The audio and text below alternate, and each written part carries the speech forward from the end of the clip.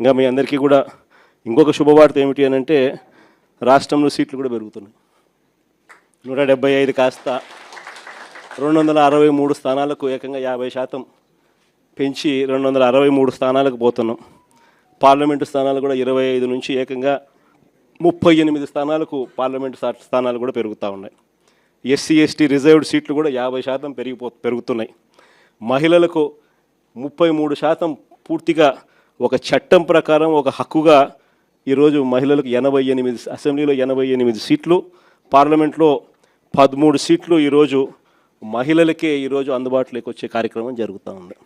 ఇది నిజంగా మహిళా అభ్యున్నతికి మనం ఆ టైంలో మన గవర్నమెంట్ ఉన్నప్పుడు మనం ఏకంగా చట్టం చేసి 50% రిజర్వేషన్లు మహిళలకు లోకల్ బాడీస్లోను, మహిళలకు నామినేటెడ్ పదవుల్లోనూ, మహిళలకు నామినేషన్ మీద ఇచ్చే కాంట్రాక్టుల్లోనూ, టెంపుల్ కమిటీస్లోనూ మహిళలకు ఏకంగా చట్టం చేసి 50% మనం రిజర్వేషన్లు కల్పించిన దానికి ఒక అడుగు ముందుకు వేస్తూ మహిళలకు 33% రిజర్వేషన్స్ ఇస్తూ ఏకంగా ఈరోజు 2029లో మహిళలకు మరిన్ని సీట్లు మరింత ఎంపవర్మెంటు మహిళలకు కూడా జరగబోతూ ఉంది. కాబట్టి ఈసారి సీట్లు ఇంతగా పెరుగుతూ ఉన్న నేపథ్యంలో కార్యకర్తల్లో నుంచి ఇంకా లీడర్షిప్ ఇంకా పెరుగుతుంది.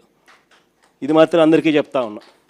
కార్యకర్తల్లో ఎవరైతే పటిమ చూపించగలుగుతారో, ఎవరైతే అడుగులు వేయడానికి సిద్ధపడతారో, ఎవరైతే నాయకత్వ పటిమను గట్టిగా చూపించగలుగుతారో అందరికీ కూడా జగన్ న్యాయం చేస్తారని చెప్పి సందర్భంగా చెప్తాను.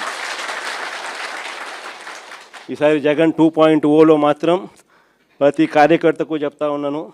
బహుశా మనం అధికారంలోకి ఉన్నప్పుడు కోవిడ్ ఉన్నది, మనం అధికారంలో ఉన్నప్పుడు 2 సంవత్సరాలు కోవిడ్ లాంటి విపత్కర పరిస్థితులు ఎప్పుడు ఎదుర్కొని పరిస్థితుల మధ్య బహుశా కార్యకర్తలకు అనుకున్నంత పేరుకు బహుశా నేను న్యాయం చేయలేకపోయి ఉండొచ్చు. పాలన మీద ఎక్కువ ధ్యాస పెట్టాల్సి వచ్చింది, బట్టల మీద ఎక్కువ ధ్యాస పెట్టాల్సి వచ్చింది, కాబట్టి బహుశా అంత ఎక్కువగా చేయలేకపోయి ఉండొచ్చు. కానీ జగన్ 2.0లో మీ అందరికీ కూడా భరోసా ఇస్తా ఉన్నా. జగన్ 2.0లో ప్రజలకు మంచి చేయడమే కాకుండా కార్యకర్తలకు మంచి జరుగుతుంది అని ఖచ్చితంగా చెప్తా ఉన్నా. ప్రజలకు జరిగే మంచి కూడా కార్యకర్తల ద్వారా మీ ద్వారానే జరిగించే కార్యక్రమం కూడా జరుగుతుందని కూడా చెప్తాను.